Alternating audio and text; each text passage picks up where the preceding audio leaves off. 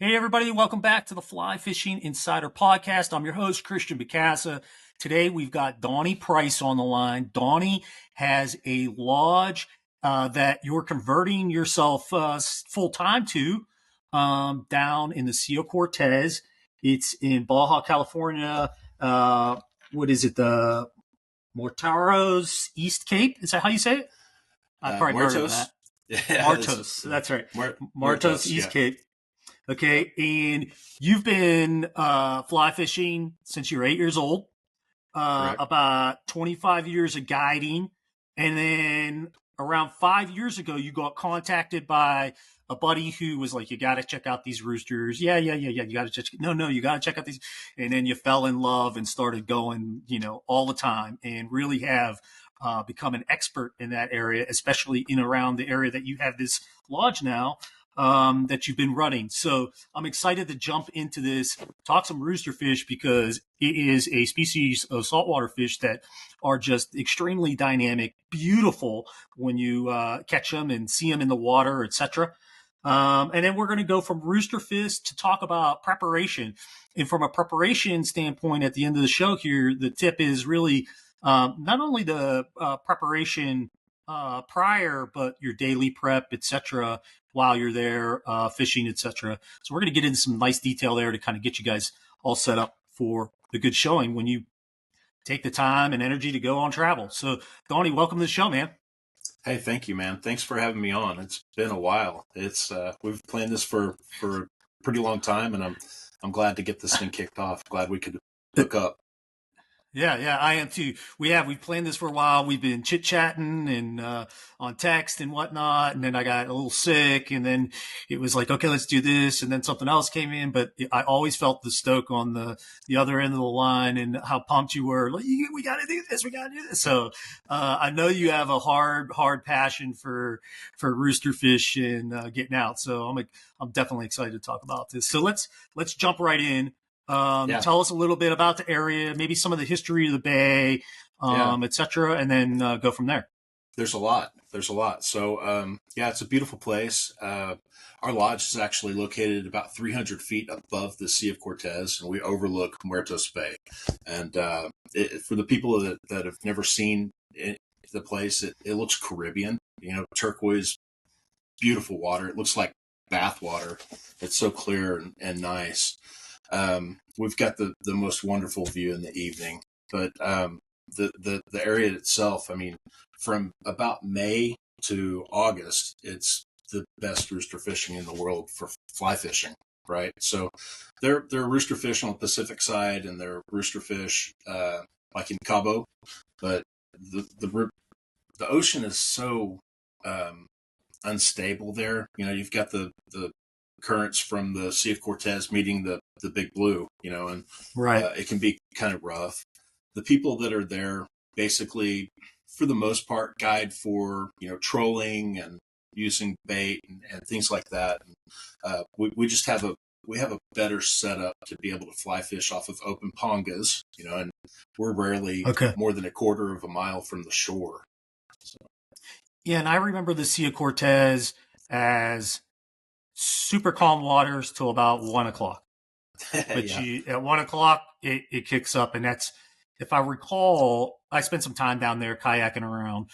If I recall, the reasoning behind that was because of, at least I was told, was that heat comes off the desert Mm-hmm. and then drives winds. Is that how you guys deal with it, or is it a little different in your region? I was a little further south, I think. We're a Maybe. little bit different. Typically, though, we're done by 1 o'clock in the afternoon. We're off the water. We're usually sipping a cocktail next to the pool. It's Okay. brutally hot at that time of the day. The fish get smart. They're kind of dumber whenever they're hungry. But yeah, typically we're back getting some rehab, taking a siesta, and regrouping. And then we go do something whenever it cools off in the afternoon. But that's kind of the great thing Okay. about having a facility like that that's so close. So yeah. Yeah. So you don't have to go very far. It's short runs. It sounds like. Oh yeah. And It's like less than 10 miles usually. Yeah. okay. And then do you also fish from the surf, sight fish? I mean, because they cruise waves and Yeah, whatnot yeah. as It's well. you know, it depends on where the fly fisherman is in his or her journey. Um, Mm-hmm. that's more for accomplished anglers. That's like something that's challenging to me. It's one of the hardest things to do in fly fishing is catch a grande rooster fish from the beach with no aid of bait or anything like that. Now, having said that, for the people that want a lot of opportunities and really want to see those rooster fish charged up and all that, we do some live chumming with pongas, and Oh, okay. that's what the majority of folks want to do. They want a lot of opportunities. I call it an accelerated growth program. But Yep. if you want the biggest challenge in fly fishing, beach fishing for rooster fish is I would put it up there with permit fishing. I would. Yeah. Well, it's such a physical activity. Yeah. One, you see him, you got to run down, get into position. Then you're usually fighting waves to get your line. You got wind Hmm. usually in your face, right? And you got a fish that's not only charging, but then has the momentum of the wave as well to Yeah. disappear And or you change got to have some direction or you got to have some limbo skills yeah, too. So so yeah. those fish can see anything that's rising, above and on the beach. They think that it's unnatural, and you'll see them skate right then. And it's a definitive nope, and you'll never see them again. So, Right, right. So most of your fishing is from the Penga, though, and let's talk about that. Jump into how you motor out, where you go to, what kind of waters you look for, and then uh, let's go from there. yeah, so typically we start at sunrise. So we're out early. We'll usually take breakfast with us. People don't want to waste time in the lodge. They want to. I mean, that's the prime time of the day to be fishing. Okay. So we head out to Saravo Island, which is nearby. Usually we'll get bait. Some people don't want to use bait; they think that it's cheating. But a couple of days of that, they usually figure out, let's go get some of those sardines. So um, we get that, and then we head to the area that we're going to fish, which usually is a beach. You can see the bottom in 80 feet of water, and it gets deep Hmm. quick. It gets really deep quick there. Um, but you'll And see is it a those rooster sand fish. beach? Some of them are. Sorry They to hang around interrupt there, some. but It's okay. Yeah. So is it a a lot of sand the beach? And what are a lot they? of the They're places, yeah. feeding on bait fish primarily. Correct. Yep. And so that's kind of the reason for the live chumming. You want good healthy bait. So they reach in there, grab a couple of them, throw them out. You see nothing going on, right?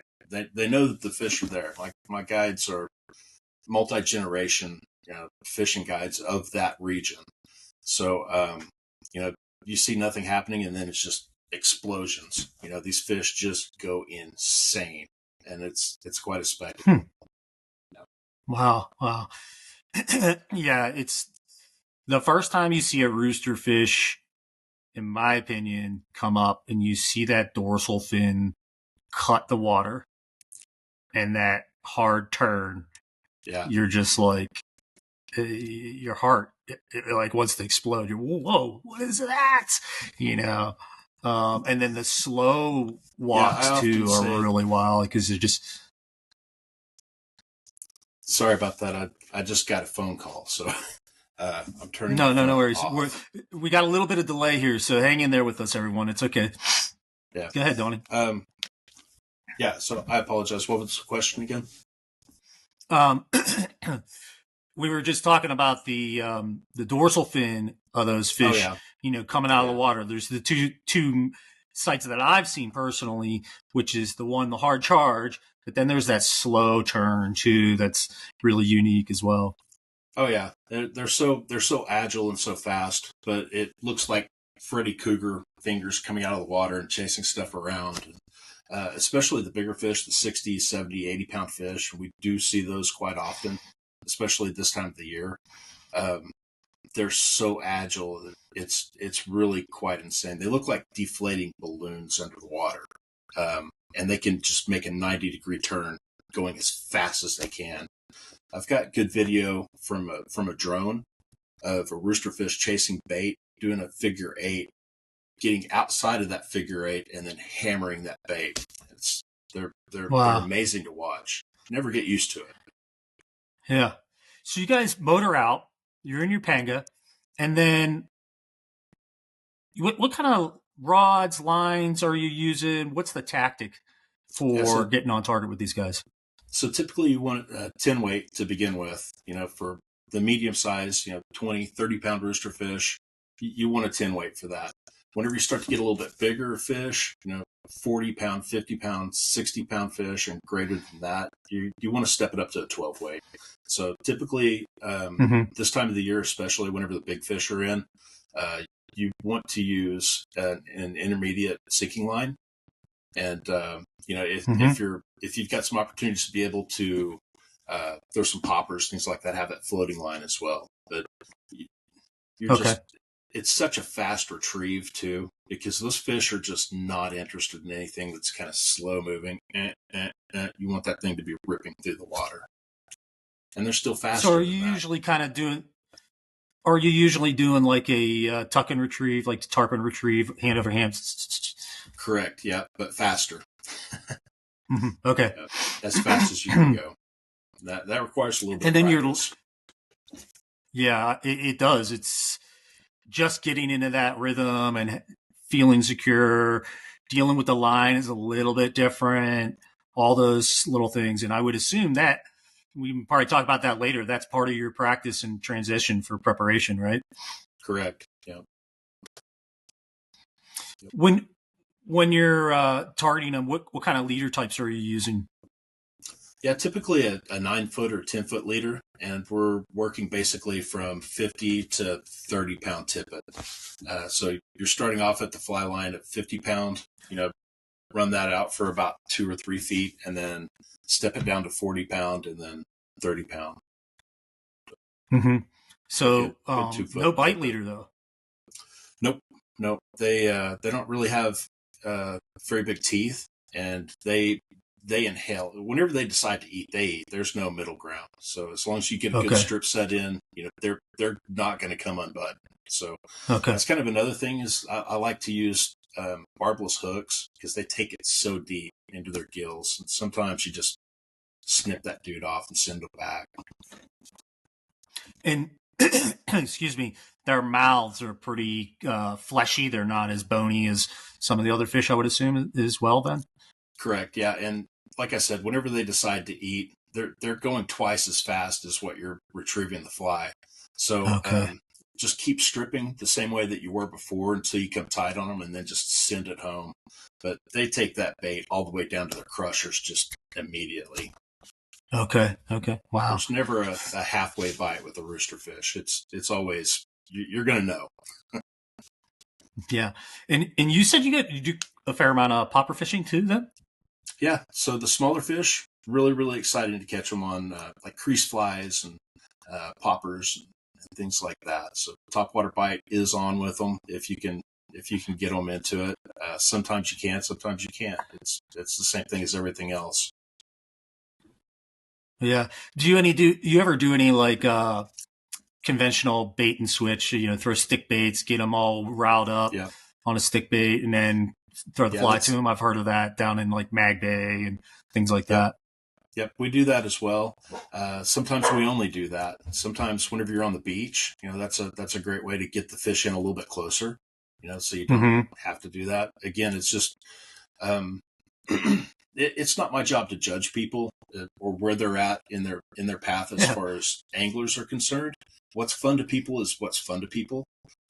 If we see people that are struggling, that are beginners, they're getting frustrated, they're not having fun, we'll take that fly rod away from them, put a sardine on with a hook, and let them catch a few fish, kind of reset, come back. But the big goal is to help people advance as anglers. And I know that I own a fly fishing lodge in Muertos Bay, but if I can help people enjoy that fishery, that's really what I want to do. So if they don't want to stay at my lodge, I'll still help people put a DIY trip together because I love to share the experience, really. Yeah. And I wholeheartedly agree. I'm a guy from Utah, right? I spend money to go to a lodge somewhere, and I personally have the goal of the fly only, right? Mm-hmm. But there are certain times where I'm targeting a new species, or I might feel lost, etc. And I'll go, yeah, whatever, let's try whatever, because I just want to get one on and feel it, see the eat, start to understand what's supposed to happen, etc., etc. So then when I go back to the fly, I can do that. And especially in a scenario, it sounds like you're describing, Donnie, where you're permit, you might have one shot a day, right? But it sounds like from your scenario, hey, I could go out and do this, and we're going to get other shots. So Mm-hmm. let's get you some rounds with the fish, et cetera, in, and get some stuff under your belt, and then boom, let's go back and try it the other way. You may want to be more succinct about, et cetera. Is that a good assessment there? For sure. Yeah, it's just it's frustration reduction. Really is what it's all about. And like I said, that's an accelerated growth program to me, because you're going to get just hundreds, literally hundreds of shots in a morning, and then noon comes around, sun gets above your head, and that thing starts to cook you. It starts to cook you. So Yeah. call it. Go drink a cerveza by the pool and have some lunch. We love to have sashimi in the middle of the day. It's not above us to knock a Dorado in the back of the head, take it back to the lodge, and eat it. So we do it pretty often. We don't send fish back with people because of conservation values, but right. yeah, we do actually consume a lot of fish there. Yeah.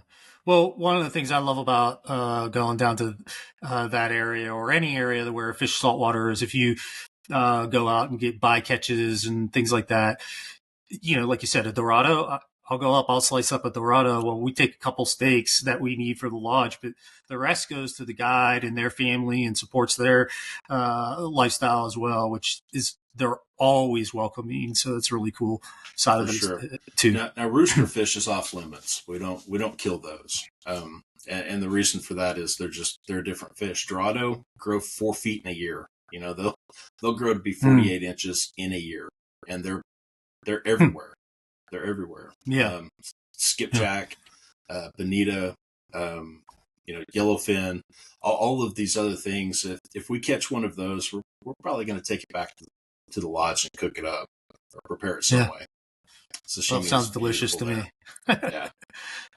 Good ceviche and like you said, sushi. I'm ready. Dorado ceviche is spectacular. It's spectacular, but it's great sashimi as well. So yeah, it's a wonderful place. The whole experience of everything there is just it really can't be put into words. It's something that I love. Yeah, it sounds like an amazing environment. So you motor out to this island. You got deep water. You said you could see 80 feet, but what water levels are you typically fishing? Is it at that kind of depth? Is that why you're running the intermediate? Because you're just trying to draw them up in order. Kind of talk about that, like, hey, where are the fish? What are they doing? And that kind of thing. Something that a lot of people don't know about rooster fish is there's nothing like that fish in the world, right? They can hear so well, and it's the reason for it is it's an evolutionary thing or a creation thing, whichever you happen to believe in. But their swim bladder actually hooks up to their ear canal, so they can amplify their sound, right? I've literally got drone footage of rooster fish reacting from 100 yards away whenever some bait is thrown. They hear it slap the water and they're on it.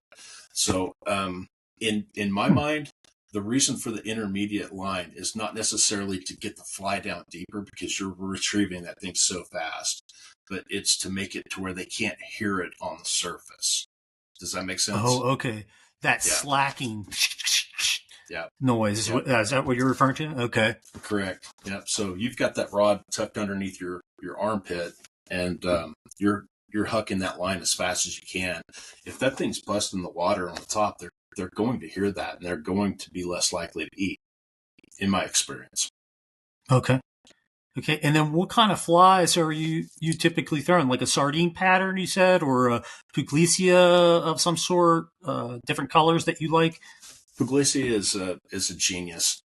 He just Yeah, is. You he want to is. match the hatch. If you're creating that hatch by throwing out live bait, and again, no judgment. you know, Yep. um, then get the closest thing that you can to that thing that you're holding in your hand, right? So typically Okay. that's going to be a sardina pattern. My guides tie great sardina patterns, and we actually provide those with the lodge. EP, if you're fishing on the beach, you better have some mullet with you. You better have some mullet. If you want those Mm-hmm. big fish to come in and react to something, and EP roosterfish mullet is just straight up money. you can't Mm. you can't beat it. But sardina patterns for there as well. Um, you know, ballyhoo. You're going to see those every now and then. It's just you gotta do whatever Be they're ready. wanting to eat. Yeah. Yeah. Okay. All right. And then you're at most time sight fishing to them, or are you blind casting as well? Are you current drifting and then looking for schools? Or tell us a little bit Yeah. about that. So typically you're sight fishing from the beach. Is that what you're talking about, or are you talking Uh, about? either or, yeah. Okay. Yeah. So either case, you're sight fishing, and those fish are so smart.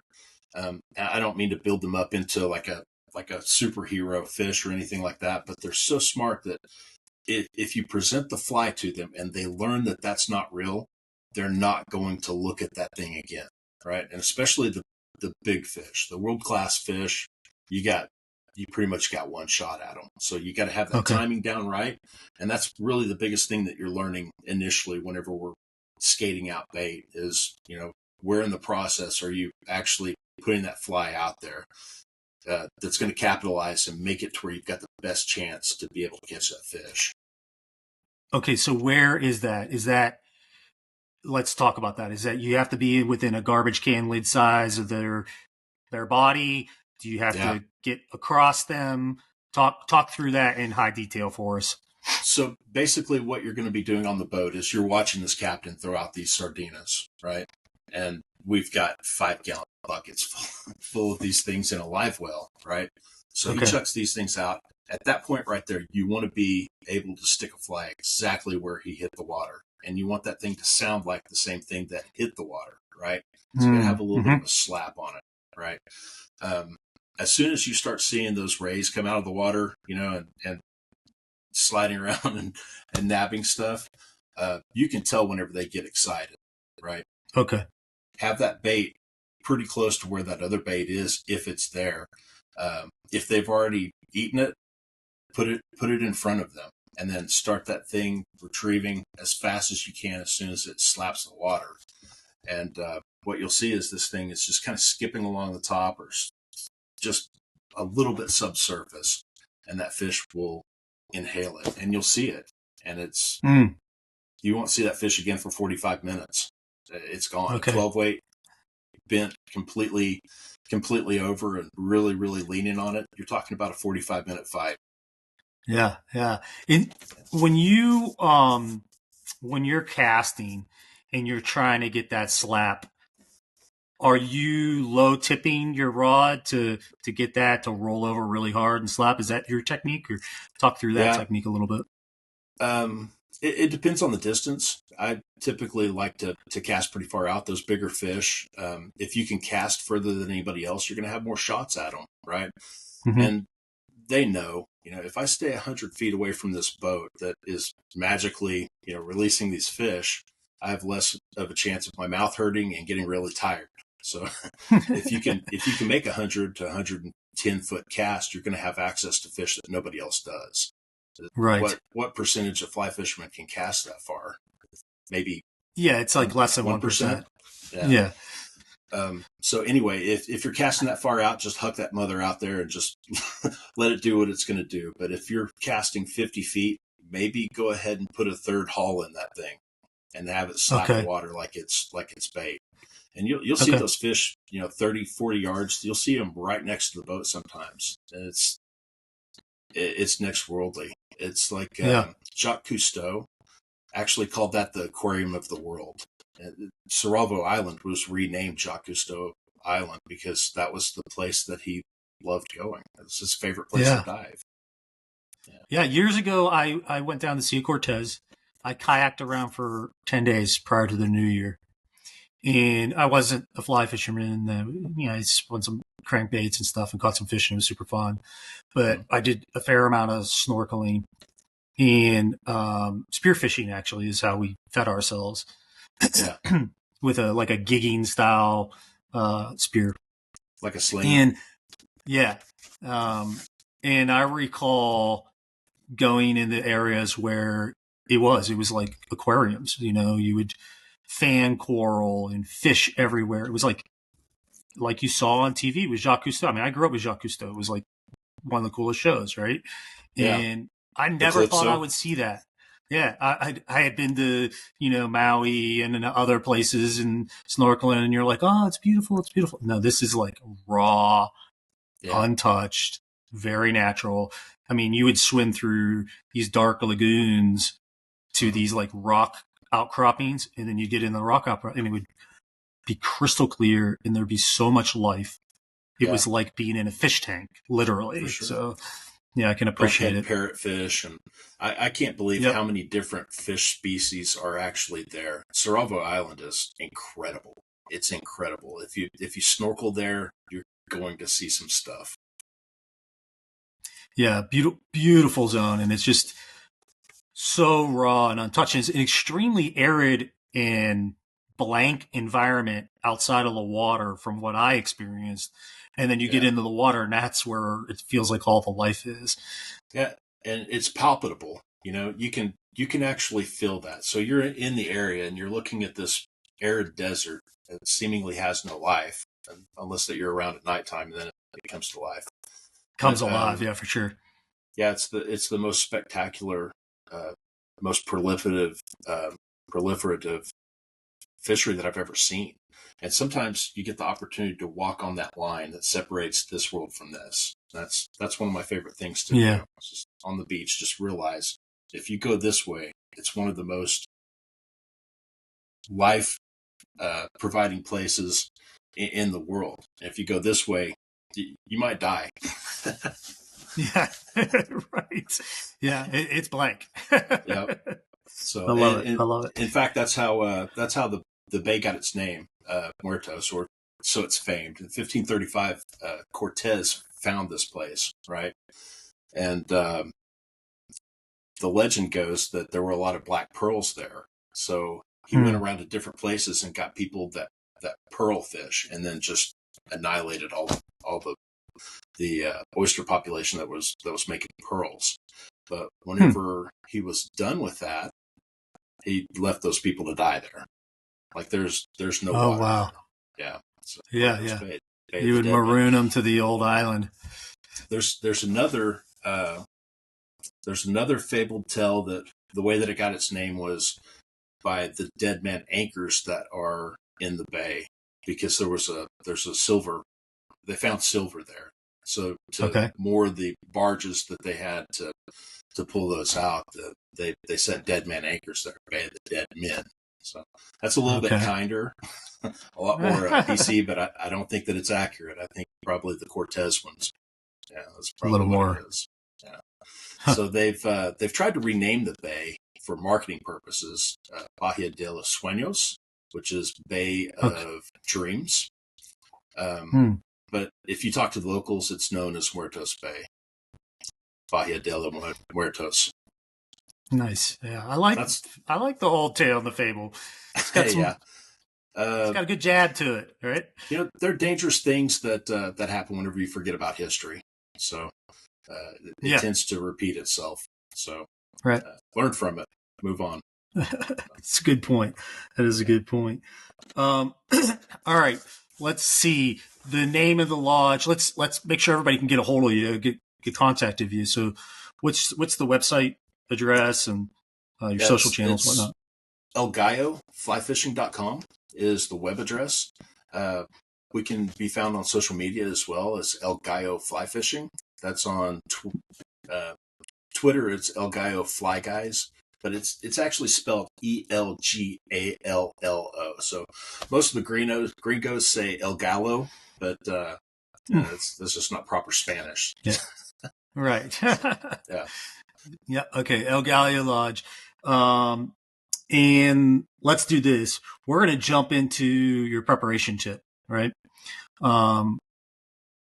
This is a topic we talked about before on the show on multiple occasions, but you have a little bit of I think, a different twist to it. So go ahead and jump in and kind of give us some ideas of what you're thinking about for the roosters in particular, and then we'll kind of pick and choose areas to focus on a little more. Okay. So in our specific area, right, we're casting 10 to 12 weights. We're casting them a lot. We're casting them really, really fast. So that takes a specific set of muscle groups that you probably don't use on a typical basis. So a month out, start casting 15 minutes a day, about 3 times a week.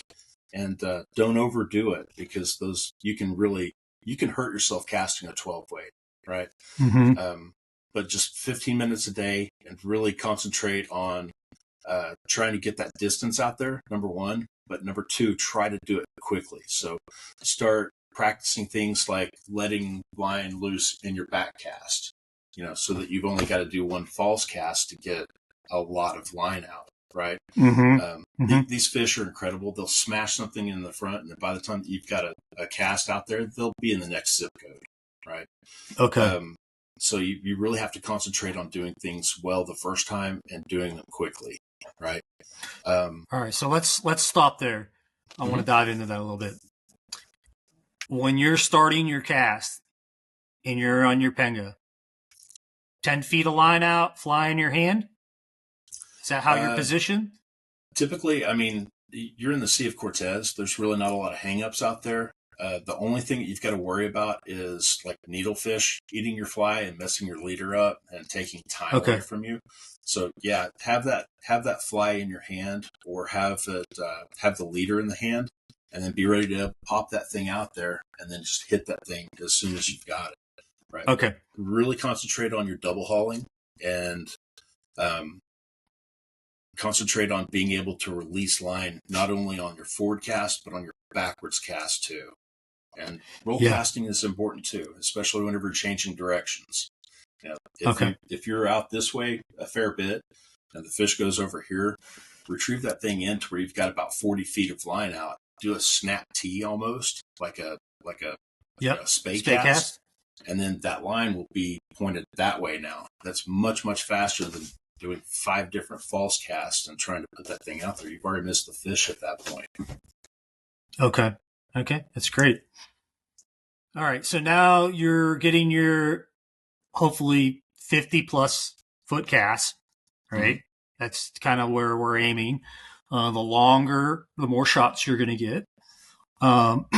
You had mentioned from a preparation standpoint in casting, not wearing yourself out. One of the things I do in the off season when I'm not saltwater casting, because I'm fishing a 4-weight trout rod, is I have a 3-pound sledgehammer, and I actually just hold it by the handle and rock side to side, roll, etc., to build that wrist strength so I don't break as much. And I can really drive power. So that's a tip for you guys. I know we've done a tip on that in the past. When you're actually practicing your casting, what are you target casting, or are you really working on more of your speed to the water? Both. Yeah, both. So you want to be able to stick it in a hula hoop, those fish react to things that hit the water from a very long distance. So I don't know. It's important for the bigger fish. If you really want to capitalize on every opportunity that you have, but don't be too critical on it. It's supposed to be fun, but the thing of it is, I look at practice and preparation like it's Zen time, like it's me time. But the full disclosure, I do it so I'm more successful, and that's just what makes it fun to me. I have fun based off of success. A lot of other people have fun just based off of the experience, and that's great.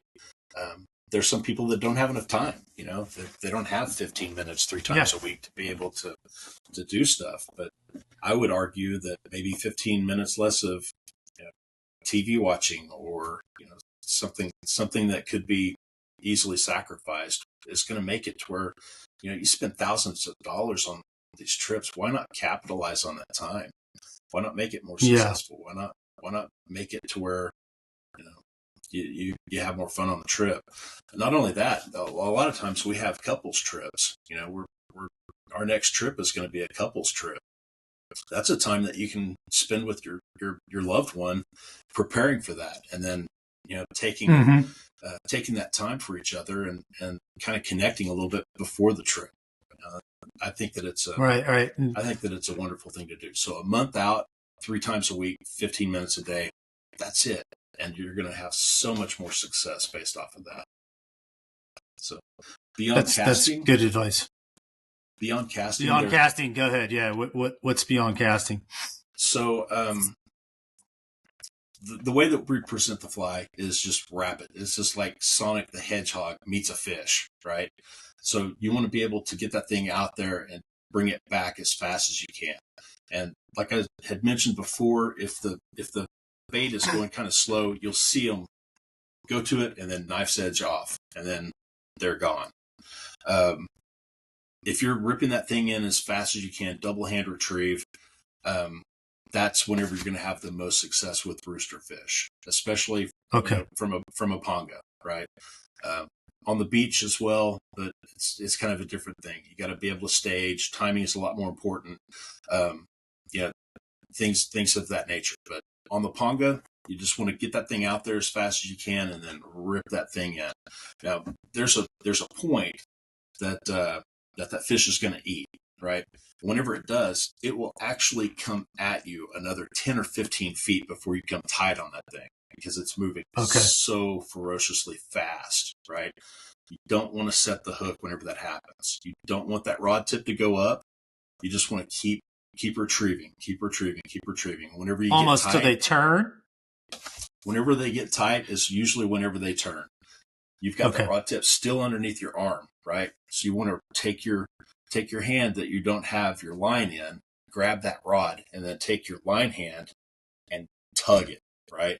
And that's going to strip set that fish, right? So you've got the rod tip down at the water, you strip set it, and then you manage your line, right? Grab the rod, manage your line. Grab the rod, spread your arms, get the line cleared, etc.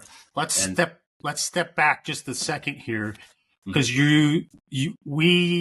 I think skip the detail on transitioning from, I got my cast, my haul came out, boom, the fly's going, it hits the water. Give us some tips on how to transition to the under the arm and the double-handed overhaul. Yep. I'm a guy, I cast and I put it under my left arm. I know a lot of guys who like to have it under their right arm, their casting arm. So what's your philosophy and process there? The way that I do it, and people are going to do these things different ways, like you. It just makes more sense for you to do it under your left arm. You're a right-handed caster? Mm-hmm. I'm a right-handed caster, and I like it under my left arm because that's typically the side I'm stripping on normally. Okay. So it feels more comfortable for me to have my line over there, especially when I get a hook set. Then I feel like I can clear the line better. When I'm on the other side, I feel like the line's kind of in my body, at my feet, etc. And so I don't prefer that. That's just my style. That's interesting. But the way that I prefer it myself is as soon as I hit the double haul, boom, I watch to see what the fly is doing. Whenever it's underway, I've got that thing tucked under whenever it hits the water. If I'm making you're just a beefy coming cast. straight back. Yeah. So boom, hit the double haul, let it go. I'll grab it with my left hand, put it under, and I'm on it already. By the time that thing hits the water, I want that dude moving.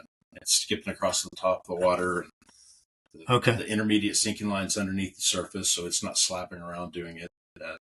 Untoward. Sounds. I love that. I love that way you described that, right? Of by the time my fly hits the water, it's already coming towards me. Not hitting, stalling, and then starting, but literally it's hitting the water coming towards me. Boom, boom, boom, boom, boom, boom, boom. Yeah. That's a big musky pike technique too, right? Yeah. I've Same never kind of fished thing. for muskie. I've fished for pike. Yeah. I've caught quite a few of those, but I've never fished for muskie. I need to do that. That was one of my buddy from Wisconsin who taught me. He's golden roll, man. That bait, whatever you're throwing, it better be coming towards the boat when it hits the water. Yeah. He would yell at me all day long. You got to get that thing cranking. It's amazing how many times that's actually beneficial, from trout fishing to, wet fly fishing in particular. Get that thing moving as soon as it hits the water. Yeah. So, all right. So you have that transition. Go ahead and dive in. Now you're hand over handing, right? Mm-hmm. Yep. So you're ripping that thing in as fast as you can. Sometimes it's good to stall it, right? And I'm talking about not just like a stop the bait entirely, but you're pulling it, start to kind of make that thing look as though it's kind of wounded, right? But still going really fast. And that sometimes will elicit a predatory response of like almost like a reaction bite for bass, Mm-hmm. Mm-hmm. Yeah. So yep. You're changing the action of the fly. Mm-hmm. Yeah. And just vary it until you find out what happens and then reproduce that thing. Find your pattern, keep up with the pattern. Okay. All right. The fish eats. Fish is coming at you. It's another 10, 15 feet coming at you at least. You finally feel that tightness come. Boom. You get your deep hook set. Spreading your arms, clearing your line. Line's clear. Now you're on the reel. What's your technique? Lock it down. So like what we use at the lodge is various different reels. We actually provide those for our customers. My favorite by far right now is Siegler. Siegler fly reels are just stinking amazing. I mean, they lock down and they've actually got like a whammy bar on a guitar. They've got a lever that you can actually change. So you set the max drag that you want, which for this indication is all the way down, like 30 pounds. And then you can lighten it with that. So if you're pulling line out, you can hit that bar on that thing, take the drag completely off of it, pull all of your line out, right? Or like whenever you land the fish, rooster fish are notorious for coming back to life, right? So whenever you land that fish, take that drag almost completely off of it. Give that guide some leeway with line. So if that fish comes back to life and craters off into the distance, you don't break your rod. Right. Yeah, you have some line out to take some impact of that initial inertia. For sure. But the other reels that we use are Qualifly makes a great reel. I like the smaller companies. I really like to promote business with smaller companies and stay away from the bigger stuff. But Taylor Fly Fishing, they make good stuff as well. They make the best fly rod that I've had in my hand. They make the only thing right now that's graphene enhanced. But as far as the reels are concerned, just make sure that it's got good drag, a really, really good drag. It has a lot of capacity for backing, and make sure that it dissipates heat really well because they generate a lot of it. What backing wise, how many yards of backing do you typically run? A big fish will take you 200 yards into your backing plus, I would think. Yeah, quickly. So ponga fishing, it's not really that big of an issue. We can fire that motor up. You probably ought to have 300 yards on it. 30-pound backing is sufficient. If you're fishing from the beach, it's more like, have that Siegler reel. Have a, Reddington makes a really, really good reel called the Grande. It's kind of a new product. It's a less expensive reel. It's like $350 to $375 for the ranges that we're talking about, 12 weight, 14 weight. But you can put a lot of backing on that. So like 500 yards of 50-pound, gel spun backing. You gotta be careful with that stuff too, because it's easy to cut yourself. So always keep that in mind. Right. The other one is backing with our fish.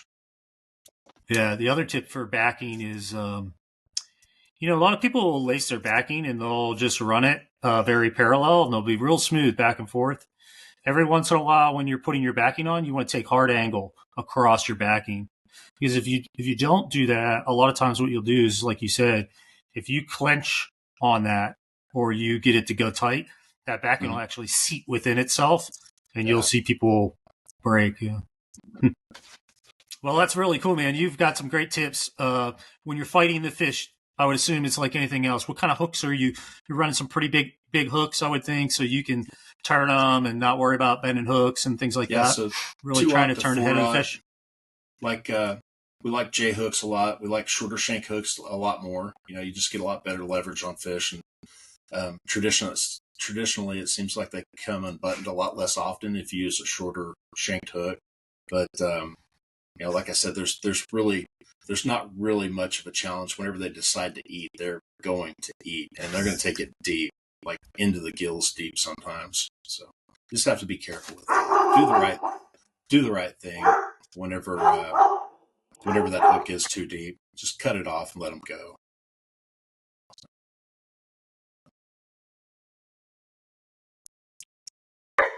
These guys are getting excited about roosterfish up here. I don't blame them. Barking away.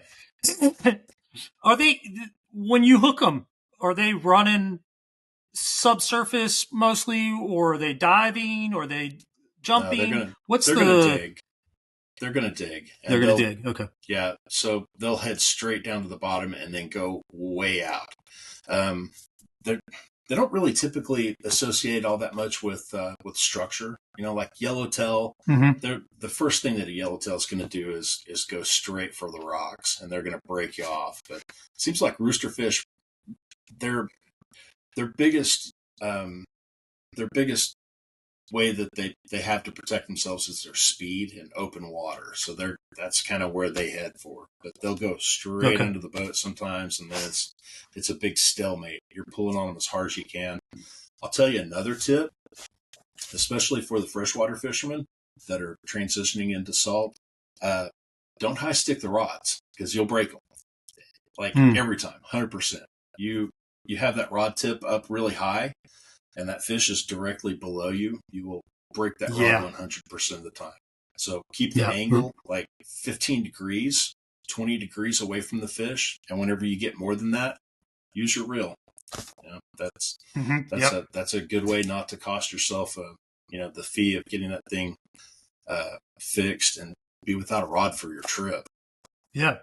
I would say that's probably another preparation thing from a strength standpoint too, is, you know, somehow figuring out that kind of rock and reel to get some strength in your back and hips and, you know, your bicep, because when you're fishing those big saltwater fish like that, you know, you're not used to that, you know, and you get out there and you're cranking a couple of fish, you're like, oh my gosh.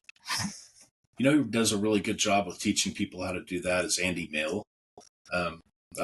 People might not know who that is, but he's a big time tarpon dude. He won the Gold Cup like 5 different times.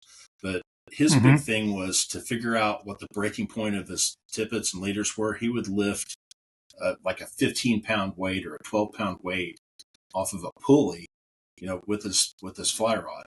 And you come to realize you can't do that with the tip of your rod. The battle's in the butt of the rod. You know, that's where you really, really provide the most strength with your fly rod. But he also kind of demonstrates his stance and how to use your legs more than your upper body, and it's really good. YouTube that Andy Mills Quick Tips, I think it's called, but he's got some good stuff out there. It's very, very beneficial. Okay, all right, we'll try and link that up in the notes too. Yeah. Okay. Well, Donnie, hey, we finally did it, man. Yeah, got together, had happy. the show. Yeah, tell everybody again how to get a hold of you. Definitely a great show. Learn a lot about rooster fishing. I'm pumped to get down there. Yeah, tell everybody how to get a hold of you. Yeah, it's El Gallo flyfishing.com, and that's spelled ELGALLO flyfishing.com, or Facebook is El Gallo Fly Fishing, and Instagram is the same thing, and then Twitter it's El Gallo Fly Guys. Okay, great. Get us. Donnie, again, thanks for being on the show, buddy. Such a Learned a pleasure. lot Thanks today. for having me. Yeah. Yeah, we're excited to see. And go check out the website, guys, just to see the building, the water, some of the fish. I mean, you've got some great photos on there, et cetera. It's definitely a world-class fishery in a lot of ways. And if you don't know about it, it's worth checking out and having a couple dreams of heading down there, goals, et cetera. So thanks again, Donnie. Sure. We'll see you guys next week. Thanks, man.